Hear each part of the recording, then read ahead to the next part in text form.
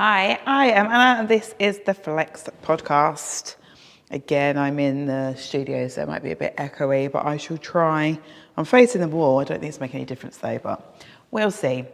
Today, we're talking about kind of accepting where you are in your journey, but still being able to strive forward to see what you might potentially be capable of later down the line. And what I mean by this is where sometimes people can come in and they say to me things like, yeah, I just can't do press-ups. I just can't, whatever I do, I just can't do them. But what they actually mean is they can't do a full body press-up yet, but they can do a version of a press-up. So we might have 3/4 ones with the knees down. We might be able to do incline ones with our hands on the wall or on the windowsill, something like that. However, if you don't do any version of a press-up at all ever, you're never going to be able to do a full body press up, just full stop. It's just not going to happen. You cannot be a professional tennis player without ever picking up a racket. We have to do press ups in order to learn and become strong enough to do a full body press up. So what this person could do, instead of saying, oh yeah, I just can't do them, so just not doing them at all, is to start doing a combination or some sets of doing incline ones with their hands on, say, a decent heighted windowsill or the back of the sofa. So then they're getting that full body aspect where you're having to hold a plank and move your whole body down, up and down. And then they could do some sets, and maybe in a different workout, where they do 3/4 ones, which is when your knees are on the floor. The same teaching points apply in the hand positioning and the way that your elbows move diagonally backwards, all that kind of stuff that if you're on my Flex program, you know, you're finding out about already. But the general technique is the same, regardless of the level of where we're doing it. So then we are able to make it more and more difficult until we are able to get our first full body press up. Then we try and get 2, then we try and get 3, and so on and so on. If we never practice them and we never do them, we are not going to get better at them, full stop. That's not going to happen. So we have to get comfortable with being a beginner at something. And that, when you're an adult, can feel so tricky because everything you do, you're good at. So you probably have hobbies that you're good at, that you've done your whole life. You're good at everything involving your actual life to keep you alive. For example, you're good at your job, you can feed yourself, your house probably, looks quite nice. You can do everything. You don't need to ask for help for someone to come and make you dinner, probably, or to do this and that. The only time that you really do is when you probably pay someone to come in and do work around the house or a task that you can't do, but that you see very differently because you're not expecting yourself to do it. Then when people come to do exercise, they're like, well, everyone else can do it, why can't I? Or I used to be able to do this, or this doesn't look that easy. They are making it look easy, therefore why can't I do it? And it is literally, for most people, just a case of doing it for longer so that you get better at it. You can't compare yourself when you're on a beginner's fitness journey, you're just starting, to people who have been training like 10, 15 years, because they obviously know all the names of the exercises. They've been doing it a long time. Yes, their form is better. Yes, they're probably stronger, but that isn't because you're not never going to be that strong. It's simply because they've put more reps in, literally. They've got years ahead of you in terms of training. When you've been doing it a longer amount of time and you've put the reps in, you will be stronger than people who are starting. And it's really important to have that in our head and to start to fall in love with the journey. Now, this always is one of those things that sounds wanky.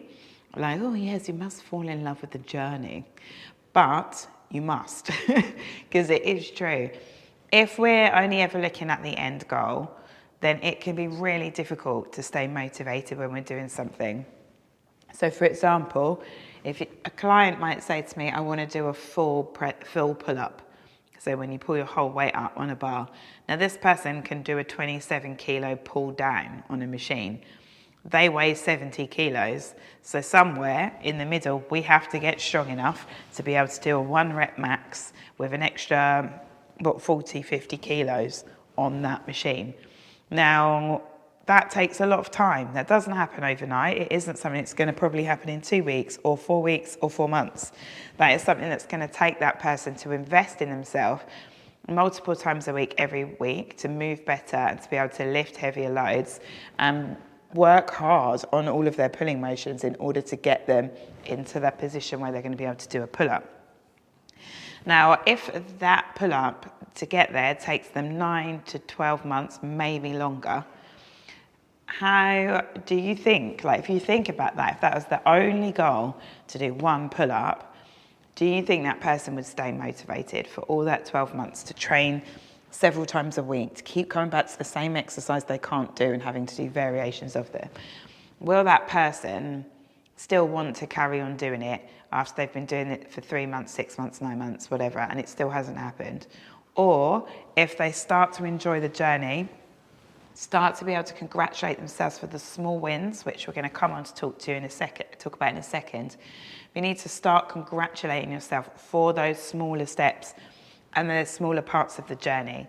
And this can go with any goal. So whether it's a movement goal like a press up or a pull up or a squat or something, or whether you want to attend a certain class or go to a certain workout, or maybe you're on a weight loss journey, we have to break it down into smaller chunks sometimes, because this is, for most people, a fitness journey is a lifetime of that. So we need to start to enjoy it and to see the smaller wins as we go. Also, if we're constantly telling ourselves we can't do something, like, oh, I can't do a press up, oh, I can't do this, oh, it's just not for me, it's going to be a self-fulfilling prophecy. Because if you constantly tell yourself that you're not able to do something, or you don't have the skill, it's just not for you, or people like me can't do it, or whatever the phrase is you tell yourself, then you make it true, because you're not going to try because you already believe that it's too difficult for you, or there's no point you bothering, or whatever it is. Actually, if we see a little glimmer in our head of, yes, what might be available to me later down the line. No, I cannot do a full body press up now, but I can learn how to do 3/4 ones, incline ones. I can do a floor press. I can do a bench press. I can do a Smith machine bench press. There's loads of other different exercises that we can use to get stronger through our upper body to be able to do that. But we have to have our minds open to that. For a lot of people, we have to be able to ask for help. So just like if you needed a plumber to come round, you don't expect to know everything about plumbing by osmosis. As soon as this person turns up at your house to fix your toilet, you don't just pull in their 25 years of experience and what they're able to then do in 5 minutes and assume that you're going to be able to be the toilet guru after that. What a name, what a job role. I want to be called the toilet guru. Someone, if you are a plumber, you need to take that name right now and roll with it. But you don't expect to get this person's skill because they were in your home. And it is the same with exercise. You cannot get 15, 20 years of someone's knowledge and exercise skill by going one time. You've got to go and learn about it and put the reps in and go. And if you need help with stuff, you have to ask for it. Just because you have a body doesn't necessarily mean that you know exactly what you need to do to get efficient exercise and to make yourself stronger. That is why people have my job. That is why we have a base qualification, and then we have to keep educating ourselves and learning more. That's why we learn probably more from doing the job than we do actually from being on the course. It's exactly the same as when you hire a plumber or a roofer or whoever else you have to come into your home to do stuff. You don't just suddenly, it's a whole job. You don't expect that person's knowledge just to transcend over you once they've attended your property one time, and it is the same with this. So that's one thing, is not to kind of put like a finite end on what you're going to be capable of, because you can't do it right now. Because I've been doing this, just the job, for 15 years, and I've been training for about 25. So you can't expect for it just to come, because you have to work at it and you have to put the reps in. And therefore we have to be able to, from that, know that there are other things that we might be able to achieve from it. Because if we are able to put the reps in and we do carry on, we are going to be capable of so much more, and it opens it up. But if we just have this expectation, oh, well, I can't do it, so I won't, there's no point me bothering, I can't do it right now, and then we close it off, then we have fulfilled exactly what we thought would happen. Whereas if we leave our minds open, we'll be able to do so much more stuff, and then we will be able to do it. This is the thing, the self-fulfilling prophecy is true. If you think you're going to be able to do it, then you will. I'm not talking about you running 100 meters in like sub 10 seconds or something. I'm talking about things that for the vast majority of people who are lucky enough to be able to move their body and do cool stuff, then it is possible for us to do a press up. It is possible for you to do a squat, whatever it is, we can work at it and we can make that happen. So coming back onto the small wins, when we're talking about resistance training specifically, we refer to something called progressive overload, which is where we can't stay the same, otherwise our muscles don't continue to change. So we're looking to overload our muscles, and the way we do that will change progressively over time. So for example, it might be that you lift heavier, you add in an extra rep. It might be that you do 3 sets instead of 2. For example, if you're doing my flex on the go, so the beginner's one, and when you start, you do 2 sets of everything. And then you think, do you know what, no, I'm a bit quicker at this now. I'm going to do 3 sets. These would all be examples of progressive overload. Putting in the extra rep. So let's say you can do 6 single leg glute bridges when you first start. And then when you try 2 weeks later, you can add 7. We would then stay at that 7, and we would try to add in 8. And we'd try to do 9, and then 10 maybe, and we would like scale them up a little bit. These are things that we want to do, so we are constantly trying to stimulate the muscle. You can't stay the same. Well, you can if you want to. In resistance training, you can stay exactly the same whenever you want to in life. But with resistance training, if you want to continually to see different results, as in to get stronger or to get more toned, you have to continually challenge the muscle. There's no other way around it. Now, these things, if you took that outside of like the resistance training and the sciencey bit, you would look at as a small win that you might not celebrate that much. You might, if it was a press up, doing an extra rep, but you might do 13 glute bridges instead of 12. You think, oh yeah, that was okay, but actually that is a small win. And these are things that we need to get better at celebrating, because these are all of the things that are going to move you towards your goal. So we want to keep them in our mind. They might flip over into other parts of life as well. Like, I still went to the gym today, and I wouldn't have done that a year ago when I was tired. I still went. I still went to my class tonight, despite the fact that I had a stressful day. I tried a class that I was unfamiliar with, and I wouldn't have done that a year ago. I still bothered making myself food, like proper nutritious food, rather than a piece of Mama on toast and a bag of Doritos, even though no one else was in. Like, I still bothered and I still showed up for myself. These are all small wins. If you told me, oh yeah, I made dinner for myself on Wednesday and no one was in, you might think, yeah, that's no big deal. But actually it is a big deal, because it shows that you're showing up for yourself. And then if you've done it once, you'll be able to do it again. These are all really important things, important small wins to move you towards your bigger goals. This also kind of ties in nicely to that bit where you're learning how to differentiate between I'm tired, but I need to kind of grow a pair and go, versus I'm exhausted and it would be better for me to rest today. These are the things, this is a struggle that we often have, especially at the beginning of our journey, because for some personality types, they can be quite of the mindset, yeah, I feel a bit tired, so I'm not going to go. I've got a little niggle in my baby toe, so I'm not going to go.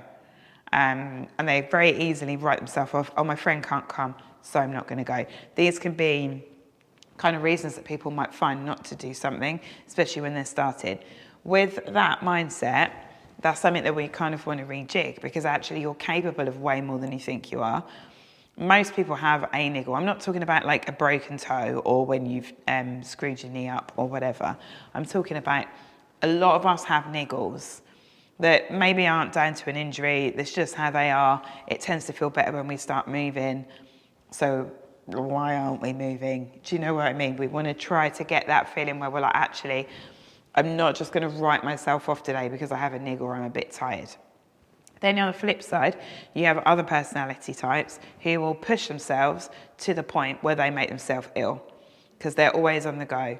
They don't get enough sleep, they work really long hours, They say yes to everything for everyone, so they never have any free time or relaxation time. They'll force themselves to go and train even though they are exhausted and tired and coming down with something.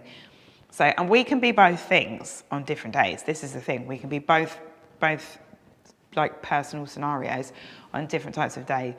The exhausted people need to take some time for self-care, have a night off, go to bed early, try to do that more regularly with the sleeping, try to eat better, try to look after themselves more. Sometimes we can be in a bit of a mindset, we're a bit low, we're a bit like down on ourselves, like, oh yeah, I'm just so tired, there's just no point in me bothering, this is rubbish. There's always the point of you bothering unless you're exhausted or poorly. There's always a point in bothering. And if I ever feel like I don't want to go, I say to myself, all you need to do is go in and do 2 sets of everything in your workout. Once I have started, that never happens. I always do 3 sets unless I am exhausted, like the second thing, because I'm that kind of person that rarely takes a day off. So I'll force myself to go even though I feel like a bag of shit. But then I will react to it when I get there and be like, you're only going to do 2 sets. We're not going for a PB. We're going to scale it back on this one and this one. But we're just going to show up for yourself so you can move your body. Because for me, I do genuinely feel better if I've moved, even if I'm knackered, I still feel a bit better after. Obviously not if I'm poorly or particularly rough, you know. But these are the kind of things that can be really helpful because it lets you get to know yourself on the journey that you're on and at the point that you're at. It's like I said before, some of us can be a little bit easy on ourselves at the beginning and says, oh, well, I won't go. But at the same time, be simultaneously very hard on ourselves for our progress. So it's just kind of recognizing where we might need to put our attention. So our attention might not need to be on, oh, well, I haven't been able to do this yet, I haven't been able to do that. And actually, if we need to put our attention on making ourselves do the workout, making ourselves show up for ourselves with our nutrition. It's okay to be a beginner at something. This is the thing, it's okay to start something brand new. I have people come to my cardio class all the time. Am I going to suggest to them that they come to the hardest class on my in-person timetable, which is Flex Appeal? No, I'm not. I'm not going to suggest to someone who's a complete beginner to come in and start throwing around barbells. We do giant sets and triceps and pyramids and lots of complicated lifting protocols. Not actually that complicated, but lots, is more advanced. And would that be appropriate for that person after they've done one of my Zumba classes, for example? Probably not. What I would say was start, keep going, get into a routine, come to some of my easier classes like Core and Calm or Butts and Guts, where you'll start to learn about resistance training, kind of the same level as the on-the-go stuff in Flex. We'll learn about resistance training, we'll get you moving, and then we'll talk about adding in weights or talk about adding in equipment later. So you might want to then come to some of my other classes after you've been coming for 3 months, for example, or 2 months. So we can recognise where we are and still strive to move forward. And I think that's really important, is not to write yourself off. Just because you cannot do something now doesn't mean you won't be able to do something in the future. And this is cyclical, by the way, because you will get injured. You can't be injury-free through your whole life.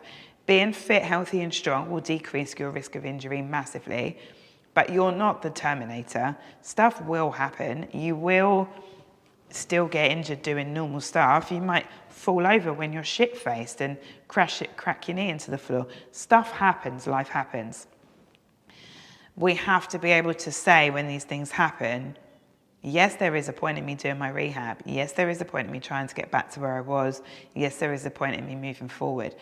Life isn't just like we just get better and better at it. Stuff coming and side swipes us all the time.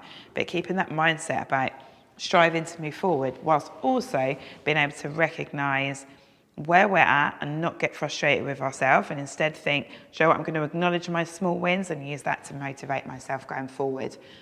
If we are overly hard on ourselves, it really does dissuade us from continuing. For a lot of people, if you're like, I'm so shit at this, I don't know why I'm doing it, I am rubbish. Does that make you feel motivated to do it? Or if you say to yourself, do you know what, this doesn't feel natural for me, but I'm really going to work at it. I am better at this than I was last week. And I do remember 3 of the exercises that she said, so I recognise those now. I turned up on time, even though I didn't really want to, and I've done the whole workout. I did an extra rep of these 2 exercises. These are all small wins that are going to help to keep you motivated, and we have to be able to acknowledge those to give ourselves that boost and that motivation to keep moving forward. So in essence, around the houses, I think my overall message is don't limit yourself with the way that you speak to yourself. You are capable, and I've said this on podcasts before, of so much more than you think you are.